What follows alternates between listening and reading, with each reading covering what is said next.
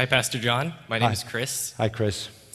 I know that you've spent a large portion of your ministry and even your life to training men for the ministry. I think the building right to my left is a testament of that. So I have a two-part question for you. First of all, what would you say to a young man who was aspiring to be in full-time ministry, who strongly desired it, but wasn't quite sure that he was called by God?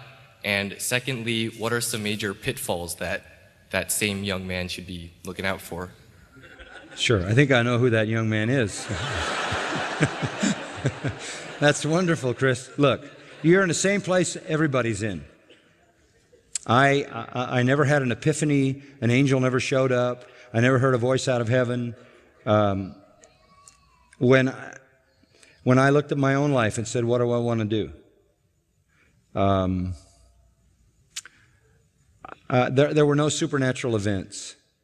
There were no supernatural events. All I could look at was a desire. And I think that fits perfectly the New Testament pattern. 1 Timothy 3, if a man desires the office of an overseer or pastor, he desires a noble work. The assumption there is that this is the normal way that God indicates the calling, through desire. Through desire. And as that desire flourishes and strengthens, it becomes a singular desire. All I can tell you is there were times in my life when I thought I would be a preacher. Then there were times in my life when I hoped I would be a preacher. Then there were times in the progression of that when I knew I would be a preacher. Then there were times when I knew I couldn't be anything other than a preacher or a pastor. And I think it's that desire that grows and develops. And what grew it in me was not so much the nature of ministry itself, but my undying passion for the book. When I went to college, I'm not going to give you a whole lot of useless information about my past, but my whole life I got notes that I had to take home about how bad I did in school. And Johnny could do better notes, you know?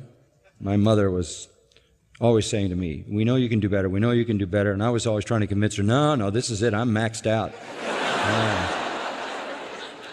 I'm giving it my best shot, that's all I can do. No, you can do better, you can do better. And the teachers would say, Johnny can do better. The point is, I was no scholar, I was no academic. That was true all the way through high school. And in college, I didn't let my books get in the way of my education either. I went through college from one event to another event, student life, athletics, every sport. I played every sport in my college days, and I was involved in all kinds of activities. And as I got toward the end of my college years, I think it was my junior, senior year, the Word of God took on a whole new depth for me. And what it came down to was this need to know what the Bible meant. That's what drives me, by the way. It's not you that drive me, it's this that drives me. I really became a preacher of the Word of God because I didn't want to do anything in my whole life but that. Because I wanted to know it and I wanted to share its glorious truth with others. And so it just kept developing in my heart. And I remember when I went to seminary, I'd convinced my mom that I'd maxed out with C's and B's. And I went to seminary, and I remember the first time I showed her my first semester report card,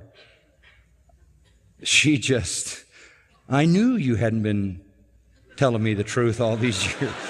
I went through seminary, and I did so well, and I graduated with honors and all of that, and there was one driving reason. I was doing what I really loved.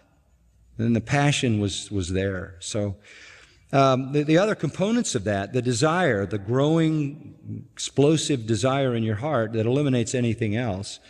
The next thing comes along was confirmation from the people, who were saying, you want to teach? Let's hear you teach.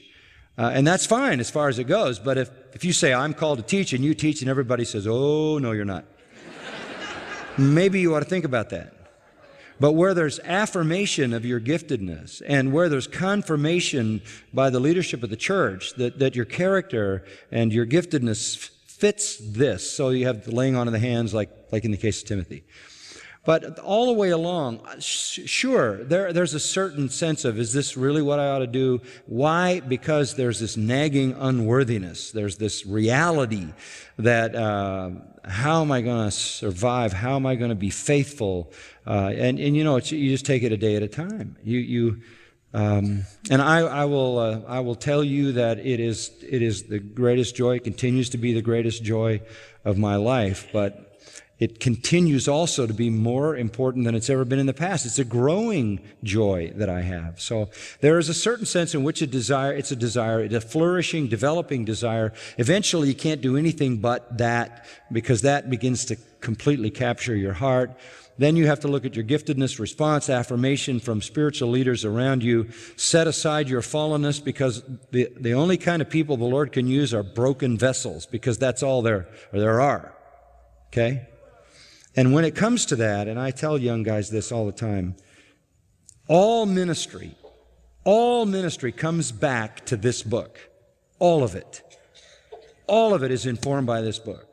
So when you want to get trained, get the tools to understand this book. And then when you've gotten that foundation, you can go take whatever field you want, whether you want to teach or whether you want to be in a university or whether you want to teach in a seminary or pastor a church or be a missionary. But in the end of the day, all ministry is a dissemination of divine truth, right? And that's what you want to make sure you grasp. If you're young enough, you still have a little bit of doubt about whether this is what you ought to do. And I can honestly say that I had no idea when I went to seminary what I was going to do. I just was driven to dig into the Word of God, and I loved it. I don't think I even knew till I finally got to my third year where it would go. But I think you can start there, and if the Lord continues to make that desire flourish, that you're going to find you're in the right spot. My guess is if that's already a passion for you, that's the work of the Lord in your heart.